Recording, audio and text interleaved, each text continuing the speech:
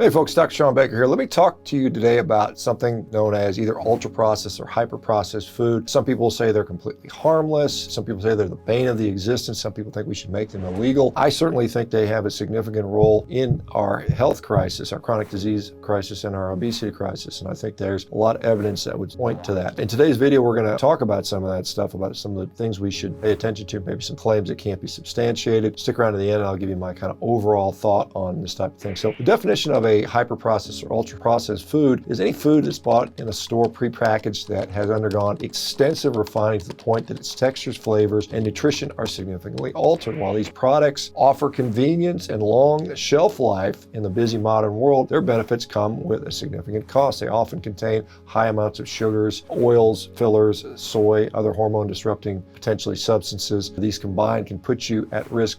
A lot of the products, which are hyper-processed foods you're all familiar with, things like chips, crackers, cookies, cakes, donuts, pies, brownies, blondies, ice creams, caramels, candies, snacks and protein bars, bread, sandwiches, cereal, frozen breakfasts, anything really in a wrapper, box, bag, or container, and on and on and on. We know what we're talking about here, so let's talk about some of the claims. Hyper-processed foods, hey, they're just calories, like meat and vegetables or fruit. If you account for the calories, your health won't be impacted. This is not true.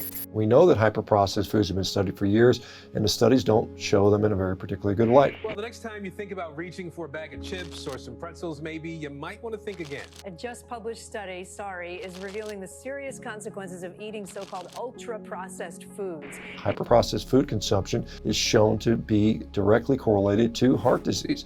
Another study showed that the greater the hyper-processed food consumption is related to all-cause mortality. We have studies showing that they're linked to depression. These studies will be placed in the description of the video if you guys want to read those for yourself. So this points out that hyper-processed foods are not just calories. There's something about the quality of the food that is very important. So potentially they're damaging your heart, your brain, and your body. The next thing is, you can just intuitively eat them, kind of, have a little here, a little there. This is often a lie. A lot of people have a really hard time with these foods. Hyper-processed foods often are devoid of much nutrition. They can negatively alter some of our hunger hormones, such as leptin and ghrelin. They can make you feel hungry when you don't need the food, and it makes you often not feel full. Once you start eating them, you keep wanting to eat them over and over. So it's no surprise that research shows that hyper-processed foods lead to compulsive overeating and, of course, unwanted weight gain. This proves that hyper-processed foods are not something you should intuitively eat, as they mess with your intuition by manipulating your hunger. So if you'd like to read more about these studies, again, take a look in the description. All right, condiments like mayonnaise, salad dressing, things like that, those are generally good fats, and we can eat those without concern on even a low-carb diet. So this is also a problem. A lot of these condiments will have a lot of kind of garbagey ingredients in there. So you got to read the labels on this stuff. So some companies make their condiments using no sugars, whole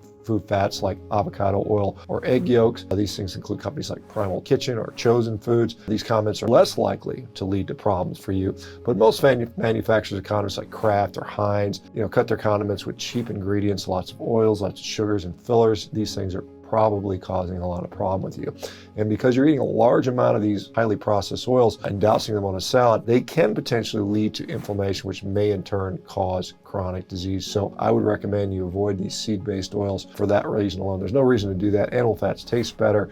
They're better performing, they're more stable, and you can certainly use those instead. Now, people on a carnivore diet often ask me about deli meats. Well, deli meats can be okay, but very often they can be problematic. So it's very worth reading the, if you go to the deli, hey, can I read the ingredients and what you're about to slice up for me? Because a lot of times they're going to add things like preservative, dyes, phosphates, sugars, fillers, again, things that potentially can cause problems in sensitive people. There are things like no sugar added bacon and, rotisserie chicken and Italian traditionally aged meats, which can be quite good and something you can utilize as a part of your diet. All this said is that it's important to note that for sensitive people, that doesn't include everybody, there are many people with sensitivities.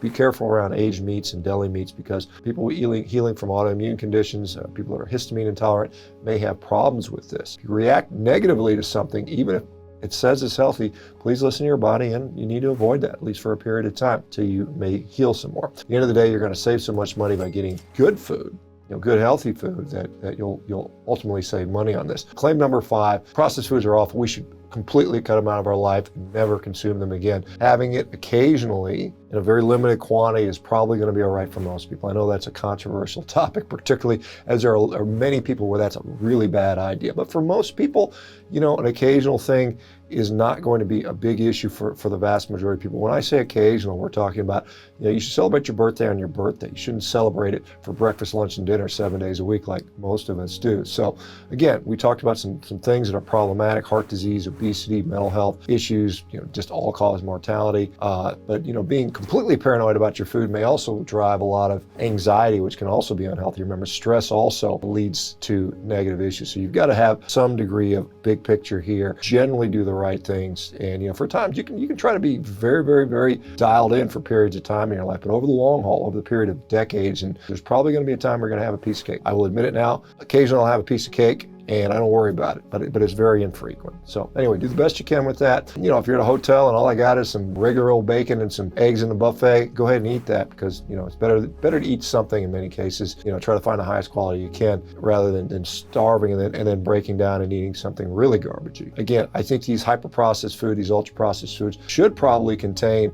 a warning label. Should we make them illegal? Absolutely not. Because that's a very slippery slope, because then people start talking about making some other things illegal, which we may not agree with. But I think for most people out there would agree that these foods have been clearly shown to lead to overconsumption and may be associated with a number of diseases. So people should be aware of that. I don't think it's a big stretch to make people aware of that, and use that education to make the decisions that you decide to do, and the ability to have freedom of choice. I think that's just as important as any of this stuff. Once you have largely removed ultra-processed foods from your diet, let me know how that's happened in the comments. And for now, please don't forget to like, subscribe, ring the notification bell, eat some more meat, and we'll talk to you on another video. Bye-bye, guys.